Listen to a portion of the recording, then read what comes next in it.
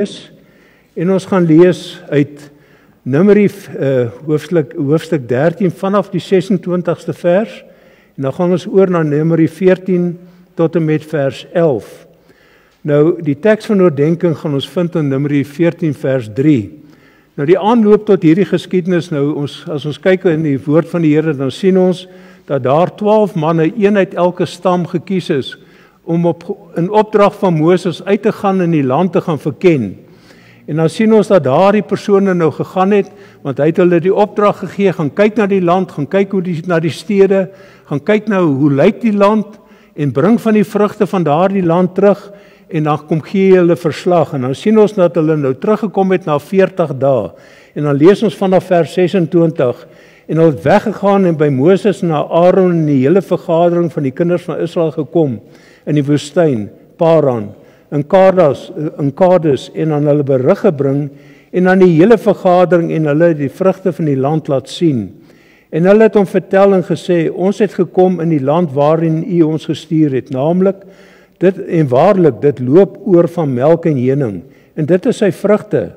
Maar die volk wat in die land woon, is sterk, en die stede is versterk, en baie groot, en ons het daar ook die kinders van die Enakiete gesien, en die Amalekiete woon in die suidland, maar die Hetiete en Jebusiete en die Amoriete woon in die gebergte, en die Kanaaniete woon by die see aan die kant van die Jordaan. Toe het Kaleb die volk stil gemaak teenoor Moses en gesê, laat ons gerus optrek en dit in besit neem, want ons kan dit sekerlik oorweldig. Maar die manne wat saam met hom opgetrek het gesê, ons kan nie teen die volk optrek nie, want hulle is sterker as ons. So het hulle dan 'n slegte gerug onder die kinders van Israel versprei oor die land wat hulle verken het, deur te sê, die land wat ons deurgetrek het om dit te verken, is 'n land wat sy inwoners verteer, en 'n land wat die mense, ek lees net weer daar, so het hulle dan 'n geslegte gerug onder die kinders van Israel versprei oor die land wat hulle verken het, deur te sê, die land wat ons deurgetrek het om dit te verken, is 'n land wat sy inwoners verteer, en al die mense wat ons daarin gesien het, is groot manne. Ons het daar so ook die reuse gesien, die kinders van Enak, van die reuse afkomstig, en ons was so sprinkane in ons oë, was ons ook in hulle oë. Toe die hele vergadering uitgeroep, hulle het hulle stem verhef, en die volk het die nag geween, en al die kinders van Israel het gemurmureer teen Moses en teen Aaron, en die hele vergadering het aan hulle gesê, ag, as ons maar in Egipte land gesterf het, of as ons maar in die woestyn gesterf het, en waarom bring die Here ons na hierdie land, om deur die swaard te val? Ons vroue en ons kinders sal 'n byt word. Sal dit nie beter wees vir ons wees om na Egipte terug te gaan nie? Hulle sê vir mekaar, laat ons 'n hoof aanstel en na Egipte teruggaan. Toe het Moses en Aaron op hulle aangesig geval voor die hele vergadering van die gemeente van die kinders van Israel. En Joshua die seun van Nun en Kaleb die seun van Jefune, twee van die wat die land verken het, het hulle klere geskeur. En die hele vergadering en die kinders van Israel toegespreek en gesê, die land wat ons deurgetrek het om dit te verken, is 'n buitengewoon goeie land. As die Here 'n behaag in ons het, sal hy ons in hierdie land inbring en dit aan ons gee, 'n land wat oorloop van melk en honing.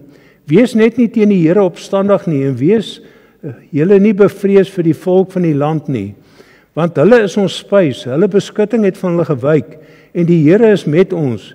Wees nie bevrees vir hulle nie.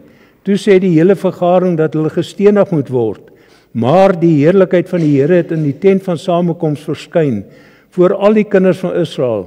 Daarop het die Here aan Moses gesê, hoe lank sal hierdie volk my verag, en hoe lank sal hulle in my nie glo nie, ondanks al die tekens wat ek onder hulle gedoen het. En ons lees net tot daar, en dan gaan ons terug daar na vers 3, Numeri 14 vers 3. En waarom bring die Here ons na hierdie land, om deur die swaard te val? En dan spesifiek hierdie woorde, ons vroue en ons kinders sal 'n byt word. En dan weer sê hulle, sal dit nie beter wees om na die Egipte terug te gaan nie? Nou ek wil na aanleiding van hierdie teks van oordeenking, wil ek aan die voorhou die tema wanneer besorgdheid as 'n front voorgehou word. Wanneer besorgdheid as 'n front voorgehou word. Nou volgens ons teksoordenkings is daar 'n besorgdheid by die manne van die volk te bespeer oor hulle vrouens en kinders. Hulle is besorg en daarom het ek die tema van hierdie boodskap aan die voorgehou, wanneer besorgdheid as 'n front voorgehou word. Nou ek glo as ek vir u sou vra, wat sê God se woord oor die woord besorg? Dan sal die meeste van u seker Filippense 4 vers 6 aanhaal waar ons lees, wees oor niks besorg nie, maar laat julle begeertes en alles deur gebed en smeking met danksegging bekend word by God. Nou in dieselfde verband kan ons lees, van besorgdheid kry ons ook die woord om jou te kwel. En ons sien daar Matteus 6 vers 25, waar ons lees, daarom sê ek vir julle, moenie julle kwel oor julle lewe, wat julle sal eet en wat julle sal aantrek nie. Is die lewe nie meer as die voedsel en die liggaam as die klere nie?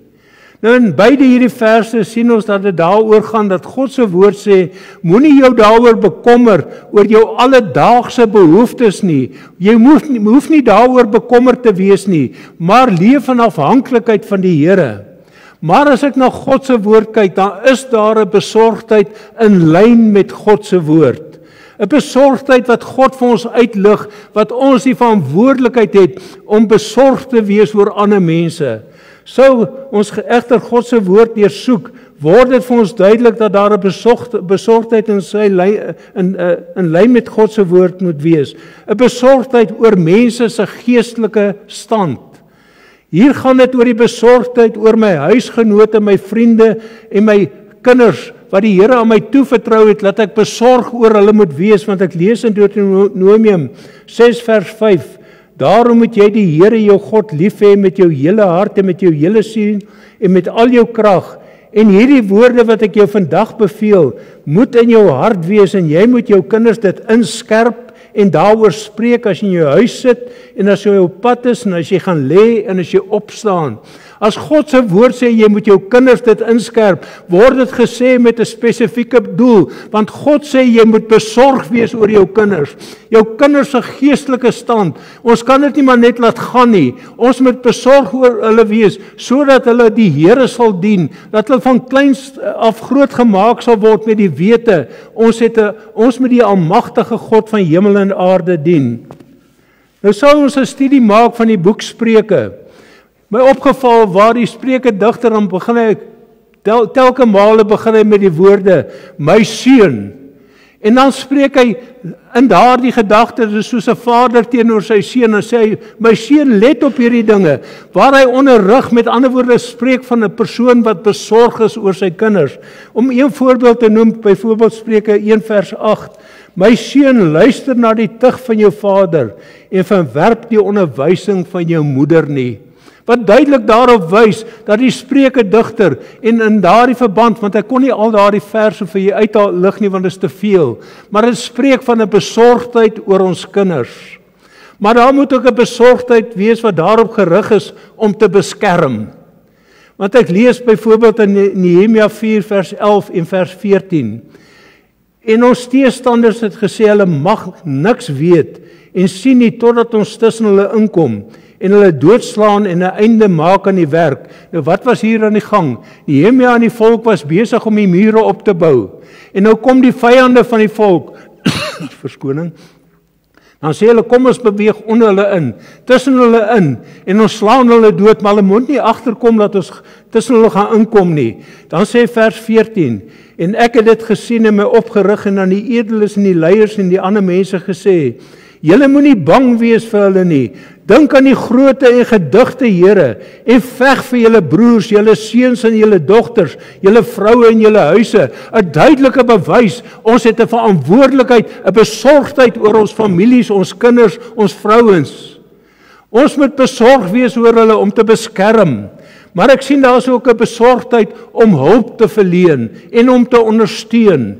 Want ons lees in 1 Samuel 10 vers 12, nadat Samuel vir Saul as koning gesalf het, sê aan Saul, as jy vandag van my af weggaan, sal jy by die graf van Rachel op die grens van Benjamin en Selsag, 2 manne aantref wat vir jou sal sê, die esels waarna wat jy gaan soek het is gevind. En kyk, jou vader het die saak van die esels laat vaar en is besorg oor julle en vra, wat kan ek vir my seun doen?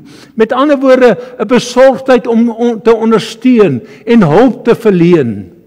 Opsommend kan ons dan met reg sê dat God se woord ons waarsku teen 'n besorgdheid wat berus op ons alledaagse benodigdhede, ons alledaagse lewe, want daarin ons behoeftes wat ons het, want daarin sê die Here, sê die woord van die Here, moet ons op die Here vertrou. Hy voorsien daarin.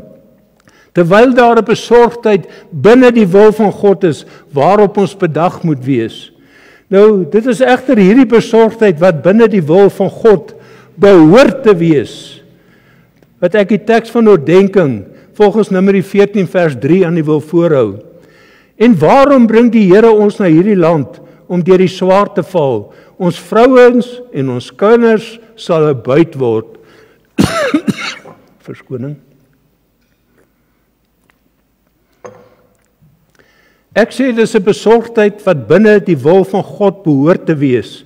Want dit spreek van die manne se besorgdheid oor hulle vrouens en kinders. Is dit nie juis in hierdie verhaal duidelik dat die volk in hulle opstand teen God se wil was nie?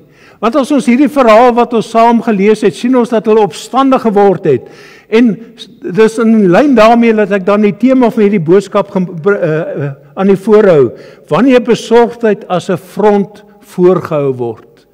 Want daardie manne was skielik besorgd oor hulle vrouens en kinders. En ek wil aan die hand van hierdie tema 3 Bybelse voorbeelde aan die voorhou, waar ons die motiewe van die besorgdheid moet beoordeel.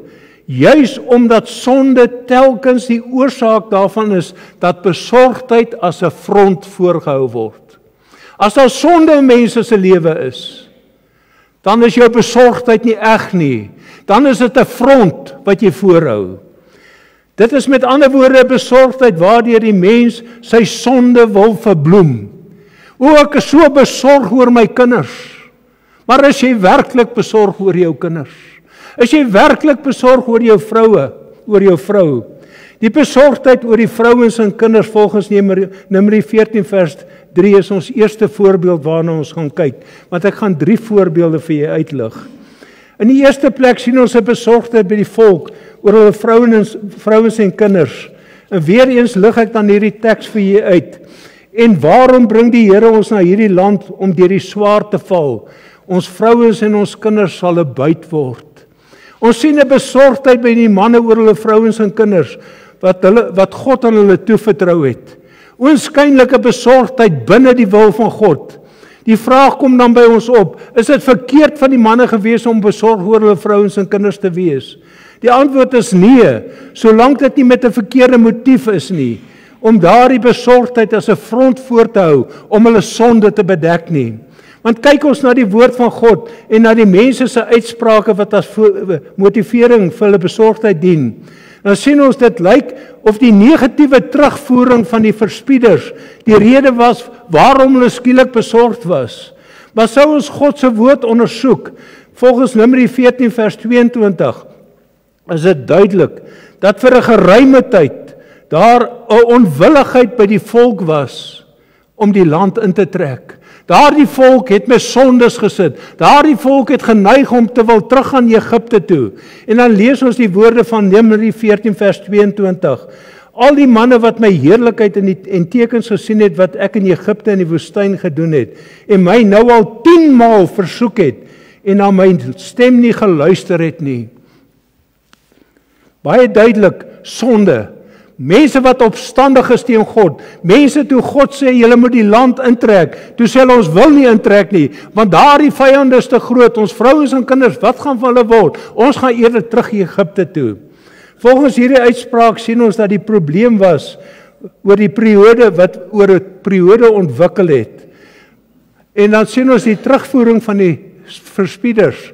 Dryf dit net op 'n spits. Skielik sien ons die opstandigheid hier en dan die besorgdheid wat as 'n front voorgehou word. Die werklike rede lê daarin dat hulle saam met Moses op God se opdrag uit Egipte land uitgetrek het. Al hierdie manne, in God se opdrag het hulle uit Egipte uitgetrek. Maar met hulle harte het hulle nog nie uit Egipte uitgetrek nie. Hulle harte was nog verknog aan Egipte. Daarom dat hulle tydens een van die murmureringe vir Moses gesê het volgens Numeri 11 vers 5 tot 6. Ons dink aan die visse wat ons in Egipte verniet kon eet, aan die komkommers en die watlemoene en die prei en die eie en die knoffel.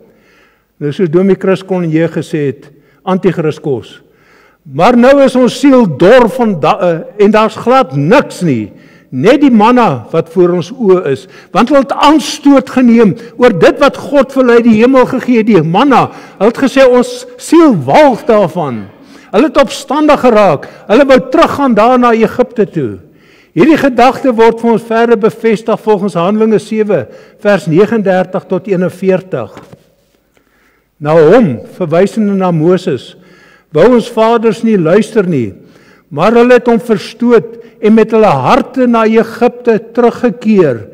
Toe hulle vir Aaron gesê het, maak vir ons gode wat voor ons uit sal trek, want hierdie Moses wat ons uit Egipte land uitgelei het, ons weet nie wat van hom geword het nie. En hulle het daardie dae 'n kalf gemaak en daar 'n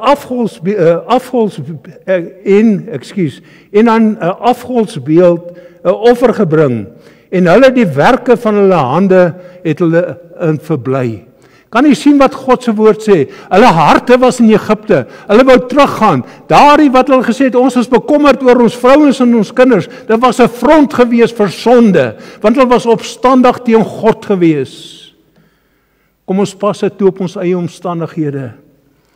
Hoe het hierdie gedagte my nie getref by hierdie oordenking hiervan nie? Want hoeveel mense, ja, selfs kinders van God, hou partykeer 'n front van besorgdheid voor oor hulle wat God aan ons toevertrou het. Ek vra ook nou aan u die vraag as gehoor, jou besorgdheid oor hulle wat God in jou toevertrou het, is dit 'n besorgdheid binne God se wil, dat Jesus die middelpunt van jou besorgdheid vir hulle is, of is dit 'n front wat jy voorhou? Jou besorgdheid oor jou vrouens en jou kinders, jou besorgdheid oor jou gesin, gaan dit omdat jy besorg is binne die wil van God, dat hulle gered moet wees, want dit is die eerste prioriteit, dat hulle gered moet word, dat hulle die Here moet dien. Is dit ons besorgdheid, of is daar bymotiewe wat ons het? 'n Besorgdheid ter wille van ouers se plesiere. Dis die besorgdheid wat baie keer na vore kom. Hoeveel ouers skuil agter 'n front van besorgdheid oor hulle kinders, sodat die ouers met hulle plesiere en wêreldse genietinge kan voortgaan. Ouers wat Saterdag aande hulle plesiere het, en dan kom hulle met verskoning, ons kon nie in die kerk kom nie, dominee, want die kinders was so moeg geweest, ons kon hulle nie wakker kry nie. Ons wou kerk toe kom, maar ons kon nie ons kinders wakker kry nie. Dis 'n besorgdheid wat as 'n front voorgehou word. Jy weet jy wou nie in die kerk wees nie. Daarom hou jy jou kinders voor as 'n besorgdheid. Hoeveel ouers sal hulle kinders se huiswerke, toets en eksamen, waarvoor nog geleer moet word, as 'n front voorhou, terwyl dit in werklikheid is die ouers wat die Sondag aand miskien voor 'n TV wil sit of wil gaan kuier. Dit word as 'n front voorgehou. Ons kinders word heeltyd voorgedruk. Hoekom ons nie die dinge van die Here kan doen nie? God sê van die sulkes dat hulle besig is om 'n front van besorgdheid voor te hou, terwyl hulle harte nog in slawerny van die sonde in Egipte is, en daardeur word die kinders ook deel van die slawerny waarin die ouers vasgevang is. Ouers wat hulle kinders wil terugvat Egipte toe, dat hulle sondebande gebind kan word, dat hulle die Satan kan gaan dien. Hoeveel mense in ons dag, ja selfs kinders van God, hou 'n front van besorgdheid oor hulle families en in besonder oor hulle kinders voor, omdat die redding van jou familie, die redding van jou kinders se siele, nog nooit die middelpunt van jou besorgdheid was nie. Ouers sê dat hulle besorg is oor hulle kinders, terwyl Bybelonderrig en huisgodsdiens in baie huise nie meer plaasvind nie.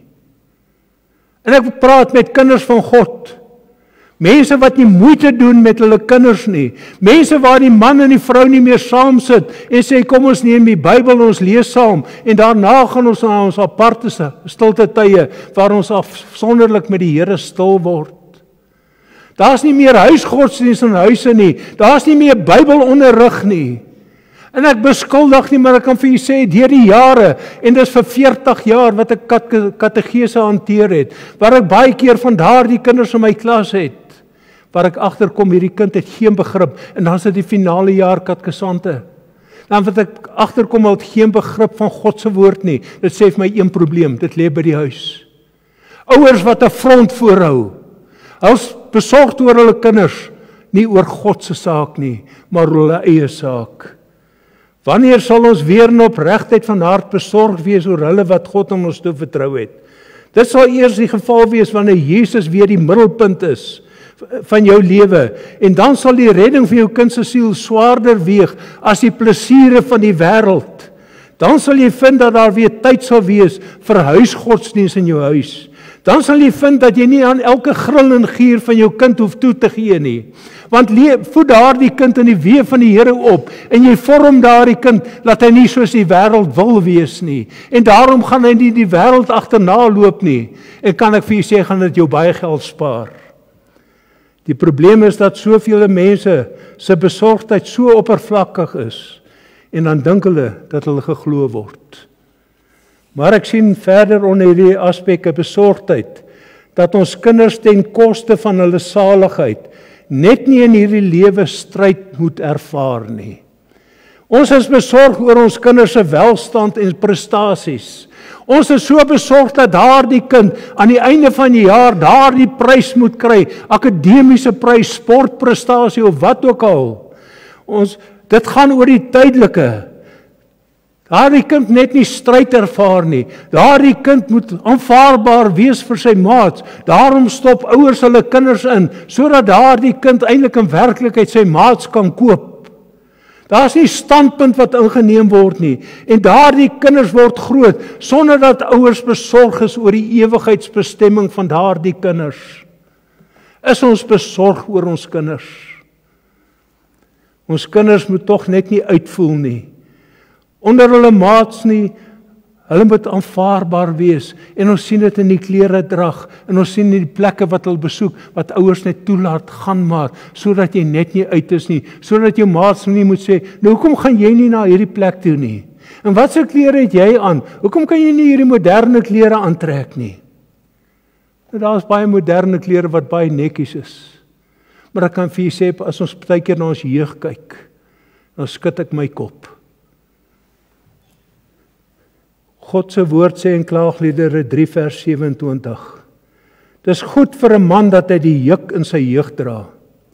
Dis goed vir 'n kind om hierdie lewe voorregte ontsê te word, sodat hy as volwassene staande sal kan bly en nie altyd sal terughardloop na mamma en pappa om my te beskerm en my uit te koop uit die situasies wat ek is nie, maar op my eie voete kan ek staan. Wat my verder opgeval het, mense, miskien sal ouers nog die standaard in hulle kinders stel terwyl hulle klein is. Maar soos wat die kinders groter word en die druk van die kinders meer word, gee die ouers toe. En daar's nie 'n standaard nie. Daar's nie 'n standpunt wat ouers inneem ter wille van God nie. My vriend, as dit die geval is in jou huis, weet dan dat jy besig is om 'n front van besorgdheid voor te hou, want jy is besig om daardie kind wat God in jou toevertrou het, terug te neem na Egipte om onder die slawe diens van Egipte te wees. Valse besorgdheid omdat ouers met sondes besig is en nie meer die Godgegewe standaard aan hulle kinders wil voorhou nie. Maar dit bring my by die tweede voorbeeld. Die tweede voorbeeld wat ek aan u wil voorhou is 'n besorgdheid oor die land en 'n nasie. Want ons lees in Johannes 11 vers 48. As ons hom, verwysing na Jesus, laat begaan, sal almal in hom glo en die Romeine sal kom in ons land en ons nasie albei wegneem of afneem. Hier vind ons die geestelike leiers van die Joodse volk wat hulle besorgdheid oor hulle land en hulle volk uitspreek, Sou ons kyk na die omstandighede wat daartoe aanleiding gegee het, waaroor hulle besorgd was, is dit duidelik dat hierdie besorgdheid as 'n front voorgehou was, omdat hulle in Jesus nie geglo het nie. Hierdie geestelike leiers het nie in Jesus geglo nie, maar daar was steun gewees, want al hoe meer het in Jesus begin glo, want hierdie spesifieke geval was waar Lazarus opgewek is, en dan sien ons dat al hoe meer Jode het in die Here Jesus begin glo, as gevolg van daardie gebeurtenis. En dan sien ons daardie opstandigheid, wat by hierdie owerpriesters kom, daardie mense wat skielik begaan is. Wat gaan van ons land word? Die Romeine gaan ons kom oorneem. Ons gaan alles verloor. Hierdie besorgdheid het gevolg op die wonder van Lazarus se opwekking uit die dode. Die Jode het in toenemende mate in Jesus geglo, want ons lees in Johannes 11 vers 45. En baie van die Jode wat na Maria gekom het en die aanskouers was van wat Jesus gedoen het in hom geglo. Dit is juis hierin dat ons die front van besorgdheid sien. Die geestelike leiers wat weier om in Jesus te glo, wat skielik besef ons is besig om ons aansien te verloor. Ons het nie meer daardie gesag oor hierdie volk nie. Dit gaan oor hulle posisie. Dit gaan nie oor 'n besorgdheid oor die land en die volk nie. Dit gaan oor hulle posisie. Want skielik sien hulle daardie mag wat hulle oor die mense gehad het, is besig om te verkrummel. En nou word dit voorgehou, die Romeine gaan die land en die nasie afneem. Die ware feit van die saak is dat hulle reeds onder Romeinse beheer was. Maar daardeur dat die mense in Jesus begin glo het die geestelike leiers se posisie in gedrang gekom. Daarom dat die Romeinse heerser as rede, oorheersing as rede van besorgdheid voorgehou word. Kan jy sien hoe mense 'n front voorhou? Weet jy hoe hierdie front van besorgdheid in Suid-Afrika voorgehou word? Almal praat oor die verslegtende toestand van die land. Almal praat oor die toenemende geweld, die misdaad, die werkloosheid en alles wat daarmee gepaard gaan. Ja, ons het rede om besorg te wees daaroor. Ons het rede om besorg te wees oor ons vrouens en ons kinders, oor ons gesinne, oor die toestand wat in 'n land heers. Maar ek sê dis 'n front van besorgdheid. En ek sê dit reguit, want kyk ons na kerkdienste en dan praat ek nie net van die evangeliese reformeerde kerk nie. Ek praat van kerke oor Suid-Afrika. Baie kerke se deure staan toe, want dit is lang naweek. Die deure staan toe, mense het nie eens kerk toe, hulle gaan nie meer kerk toe nie. Dit gaan oor ons plesiere. Maar ons sê ons is bekommerd oor ons land. Ons sê ons is besorgd oor die misdaadsituasie.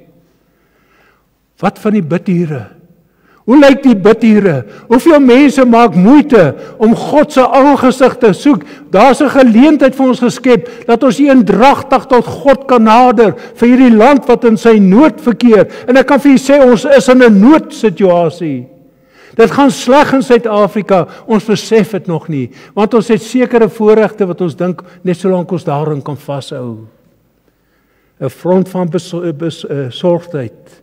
Want ek wil vir u sê hoeveel kerkgenootskappe, was daar bidure in die verlede, daar's geen bidure meer nie. Kerkdeure staan toe.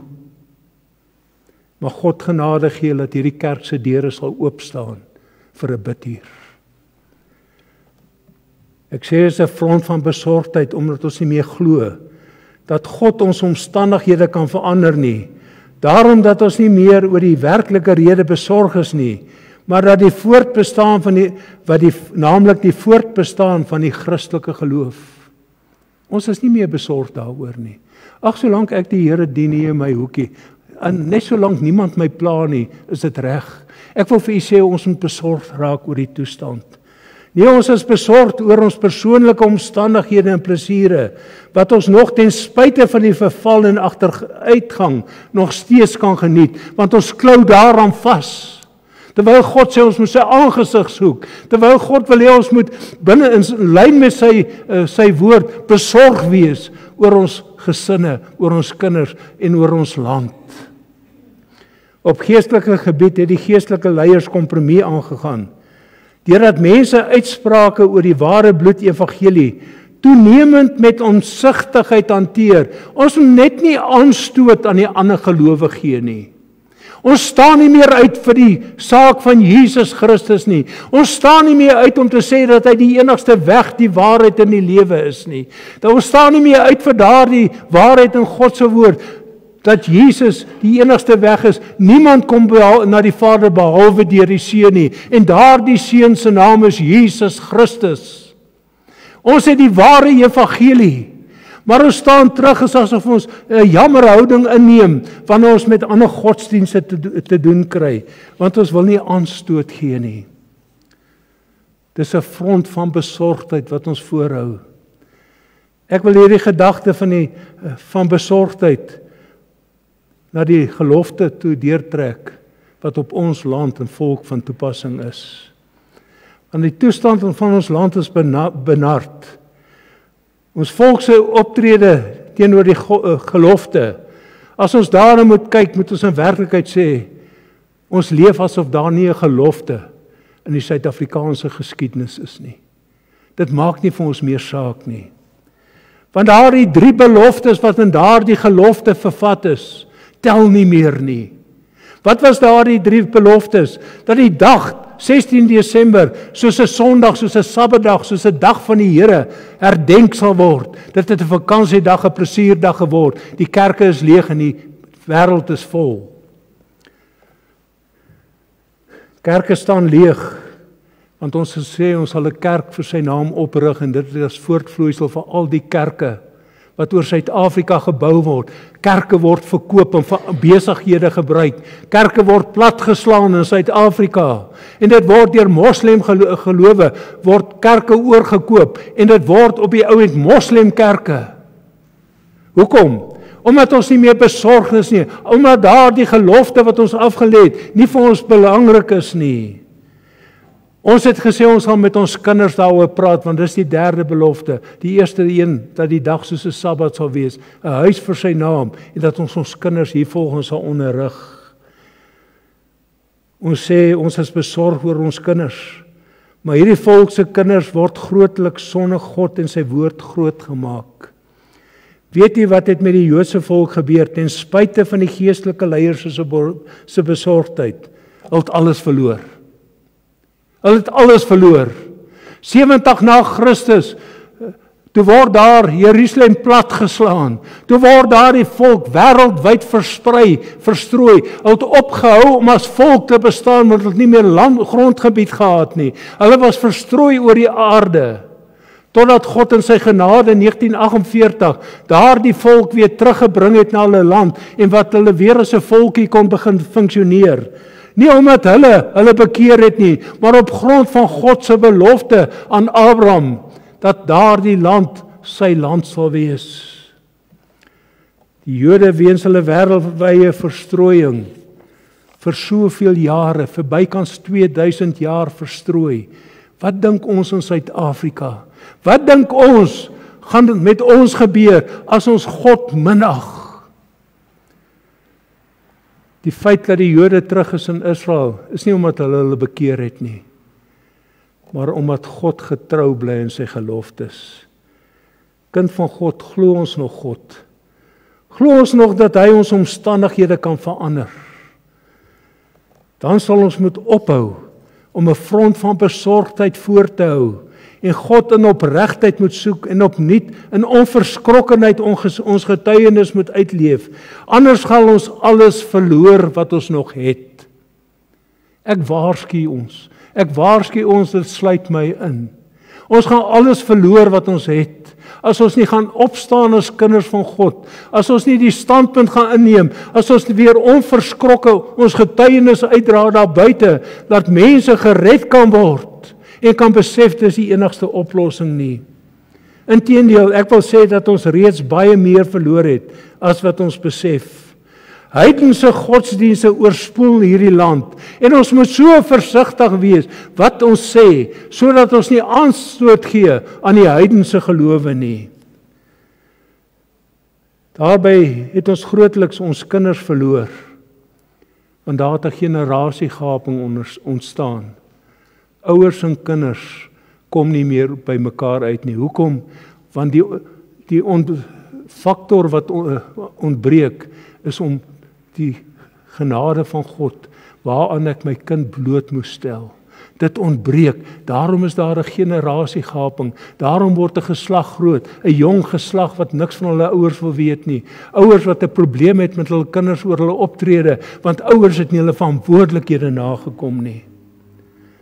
Maar die laaste voorbeeld wat ek aan u voorhou, 'n besorgdheid wat as front voorgehou word, en dit is 'n besorgdheid oor die armes. Ons lees in Johannes 12 vers 5 tot 6. Waarom is hierdie salf nie vir 300 pennings verkoop en die geld aan die armes gegee nie? En dit het hy gesê nie omdat hy oor die armes besorg was nie, maar omdat hy 'n dief was en die beurs gehaat het en die bydraes geneem het. Waarskynlik is Judas besorg oor die armes, want hier word daardie diersalf gebruik, daardie flesie word gebreek, die Here Jesus word gesalf. Hy neem daardie vrou kwaadlik, maar kan jy sien hoe Judas optree? In haar teenwoordigheid sê, dis 'n verkosting van geld. Daardie geld kon verkoop, daardie flesie kon verkoop geword het. Die geld kon aan die armes gegee word. In werklikheid vat hy daardie vrou in haar gesig aan. Hy beledig haar, sy wat 'n weldaad bewys. Hy beledig haar, maar hy beledig die Here Jesus Christus, want hy word 'n weldaad aan die Here Jesus bewys. Maar hy sê, ons moet dit eerder vir die armes gee. 'n Besorgdheid oor die armes wat as 'n front voorgehou word. Hoekom? Omdat hy dief was. Omdat hy gesteel het, omdat hy geld vir homself geneem het. Judas se besorgdheid gaan daaroor dat Maria besig is om te verkoos, want dit was geld wat hy kon gekry het. U kan dalk vra hoe hierdie voorbeeld op ons van toepassing is. Ek wil die stelling maak, dis juis een van die fronte van besorgdheid wat onder baie mense, maar ook onder kinders van God voorkom. Uit afguns met 'n besorgdheid wat as 'n front voorgehou word ander se ywer in die saak van die Here met kritiek en negatiewe opmerkings teëgestaan. Hoeveel kinders van die Here wat uit die goedheid van hulle hart, net om iets vir die Here te kan doen, in God se saak arbei, partykeer in 'n gemeenteverband. Ek praat nie van ons gemeente nie, maar oor die jare het 'n mens tog agtergekom dat dit in kerke gebeur. En dan word daar agteraf gepraat. En daar word geskinder oor daardie persoon. Daar word opmerkings gemaak, sodat daardie persoon wat iets vir Jesus wil doen, sy vrymoedigheid word hy ontneem. Maar ons sien ook, en ons weet nie wat die omstandighede van daardie vroutjie was, wat daardie flesie gebring het nie. Miskien het sy 'n rekord gehad na 'n lewe waarvan Judas geweet het. En daarom is hy onmiddellik ontsteld oor hierdie verkoosting. En weet jy hoeveel mense trap in daardie struik? Iewers word daar oor 'n ander kind van God of oor 'n medemens word daar gepraat. Uit afguns teenoor daardie persoon word daar gepraat teenoor daardie persoon, maar nie partykeer teenoor daardie persoon nie, maar agteraf. En ek gaan kry 'n derde party en ek begin praat en ek begin dingetjies uitlig en sterkies aanlag, laat om daardie persoon in 'n swak lig te stel. En dan kom ek aan die einde met 'n geestelike voorsetsel wat ek voorhou. En dan sê ek, jong, jy moet saam met my vir daardie persoon bid, dat die Here daardie persoon in die hande kan kry. Ek wil vir u sê, dis 'n front van besorgdheid, wat onder kinders van die Here selfs ook gebeur, in die wêreld daar buite ook gebeur dit. Sulke persone is in werklikheid besig met 'n geestelike kinderveldtog, wat netjies agter die front van besorgdheid weggesteek word. Bid net saam met my. Is ons in so 'n geval enigstens beter as Judas wat 'n dief was? Ons het die verantwoordelikheid om 'n medebroer en 'n suster wat gestruikel het te ondersteun. Nie te vertrap nie. Daarom sê Romeine 15 vers 1, en op ons wat sterk is, rus die verpligting om die swakhede te dra van die wat nie sterk is nie, en nie onsself te behaag nie. Kan ek hierdie boodskap saamvat? Ons het gesien 'n besorgdheid binne die wil van God, oor hulle wat God aan ons toevertrou het. Ons het ook gesien 'n besorgdheid met God buite rekening gelaat, wat as 'n front voorgehou word. want daar's sondes in ons lewens. 'n Front van besorgdheid oor vrouens en kinders, omdat hulle hunker na die lewe van sonde. Daar's 'n front van besorgdheid oor die land en oor die nasie, omdat ons nie bereid is om ons tydelike posisie op te gee nie. Daardie aansien wat ek het, wat die skrifgeleerdes gehad het, wou hulle nie opsê nie. Daarom was hulle skielik besorgd oor hierdie guns wat die Here Jesus wen, dat mense in hom glo. Die front van besorgdheid, omdat Judas 'n dief was. Waar ons ander te nakom, wat ons kritiek op mense se lewens plaas, sodat hulle vrymoedigheid ontneem word. As ons nie in opregtheid buig voor God nie, sal ons alles verloor, waaroor ons besorg is. As ons kyk na God se woord, wat het gebeur met die manne en die volk, toe hulle met daardie deurtog? Hulle het nie die beloofde land ingetrek nie. Hulle wat besorg was, het nie ingetrek nie, hulle kinders het ingetrek. Die geestelike leiers wat oor die volk besorg was, het albei verloor. Jerusalem is verwoes en hulle is die hele wêreld vol versprei. Judas was 'n dief. Skielik maak hy nie meer deel van die binnekring nie. Inteendeel, hy word Jesus se verraaier, wat uiteindelik op sy selfmoord uitloop. Met die kommer van my hart sê ek vir Jesus se koms is nader as wat ons besef. Weet jy waaroor moet ons besorg wees? Ons moet besorg wees in lyn met God se woord volgens 1 Johannes 3 vers 2 en 3. Geliefdes, nou is ons kinders van God en is nog nie geopenbaar wat ons sal wees nie, maar ons weet dat ons as hy verskyn aan hom gelyk sal wees, omdat ons hom sal sien soos wat hy is. En elkeen wat hierdie hoop op hom het, reinig homself soos wat hy rein is. Kind van God, ons het nodig om rein en heilig voor God te lewe. Sy koms is op hande, is ons gereed. Is ons gereed om met die God van die hemel te ontmoet, ons komende koning, want hy weldra sal kom en ons roep na sy tuiste. Mag God genade gee, dat ons sal hoor en sal doen. Here, ek dank U vir hierdie woord wat kon uitgaan. Here, miskien 'n harde woord, maar ek wil vra, Here, dat die mense by die mens verby sal kyk en na U sal kyk. En Here, dat U sal spreek en dat U sal oortuig. En dat ons sal kyk na ons toestand, Here, dis dalk nie op ons van toepassing wat die woord gehoor het nie. Maar Here, laat ons juis sal bid vir hulle wat dan nie hierdie dinge in hulle lewens toelaat, deur na hulle kinders om te sien nie. Want Here, ons sien 'n toestand in ons land, waar daar 'n verwydering gekom het. En ons bid vir 'n terugkeer na U toe.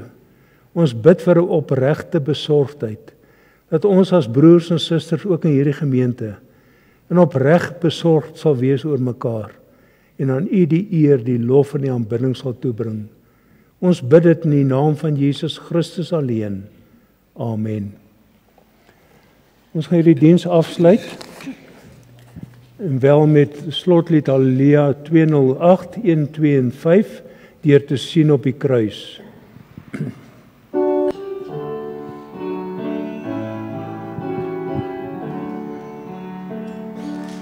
Deur te sien op die kruis is daar lewe en heil, is daar lewe vir jou en vir my.